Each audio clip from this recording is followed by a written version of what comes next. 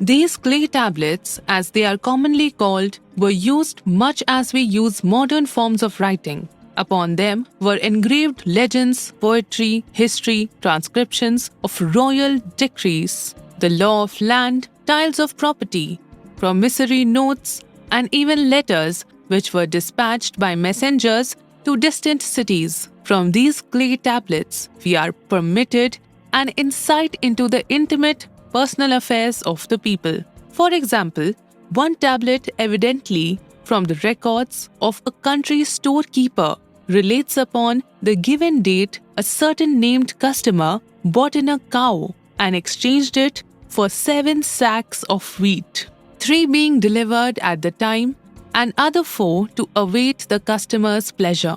Safely buried in the wrecked cities, archaeologists have recovered entire libraries of these tablets.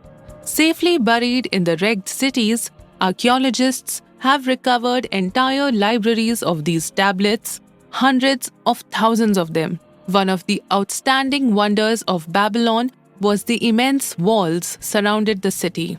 The ancient ranked them with the Great Pyramid of Egypt as belonging to the 7 wonders of the world. Queen Semiramis is credited with having erected the first walls during the early history of the city. Modern excavators have been unable to find any trace of the original walls, nor is their exact height known. For mention made by early writers, it is estimated they were about 50 to 60 feet high, faced on the outer side with burnt brick and further protected by a deep moat of water. The later and more famous walls were started about 600 years before the time of Christ by King Nabopolassar. Upon such a gigantic scale did he plan the rebuilding. He did not live to see the work finished. This was left to his son Nebuchadnezzar, whose name is familiar in biblical history. The height and length of these latter walls staggers belief. The height and length of these later walls staggers belief. They are reported upon reliable authority to have been about 160 feet high, the equivalent of the height of a modern 15-story office building. The total length is estimated as between 9 and 11 miles. So wide was the top that a 6-horse chariot could be driven around them.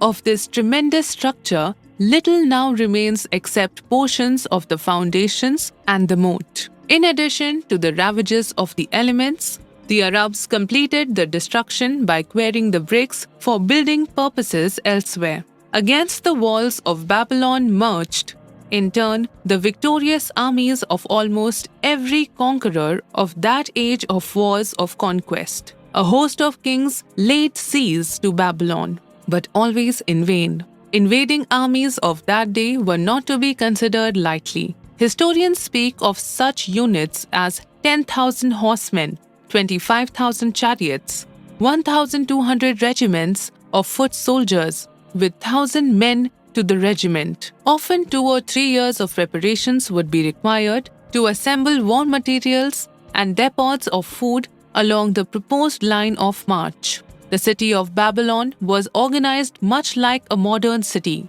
There were streets and shops. Peddlers offered their wares through residential districts. Priests officiated in magnificent temples. Within the city was an inner enclosure for the royal palaces. The walls about this were said to have been higher than those about the city. The Babylonians were skilled in the arts. These included sculpture, painting, weaving, gold working, and the manufacture of metal weapons and agriculture implements. Their jewelers created most artistic jewelry. Many samples have been recovered from the graves of its wealthy citizens and are now on exhibition in the leading museums of the world. At a very early period, when the rest of the world was still hacking at trees with stone-headed axes, or hunting and fighting with flint-pointed spears and arrows, the Babylonians were using axes, spears, and arrows with metal heads. The Babylonians were clever financiers and traders. So far as we know, They were the original inventors of money as a means of exchange, of promissory notes and written titles to property. Babylon was never entered by hostile armies until about 540 years before the birth of Christ. Even then, the walls were not captured. The story of the fall of Babylon is most unusual. Cyrus, one of the greatest conquerors of that period, intended to attack the city and hoped to take its impregnable walls. Advisors of Nabonidus, the king of Babylon, persuaded him to go forth to meet Cyrus and give him battle without waiting for the city to be besieged. In the succeeding defeat to the Babylonian army, it fled away from the city. Cyrus thereupon entered the open gates and took possession without resistance. Thereafter, the power and prestige of the city gradually waned until, in the course of a few hundred years, it was eventually abandoned, deserted, left for the winds and storms to level once again to the desert earth from which its grandeur had originally been built. Babylon had fallen, never to rise again, but to its civilization owes much. The eons of time have crumbled to dust the proud walls of its temples, but the wisdom of Babylon endures. Money is the medium by which earthly success is measured. Money makes possible the enjoyment of the best the earth affords. Money is plentiful for those who understand the simple laws which govern its acquisition.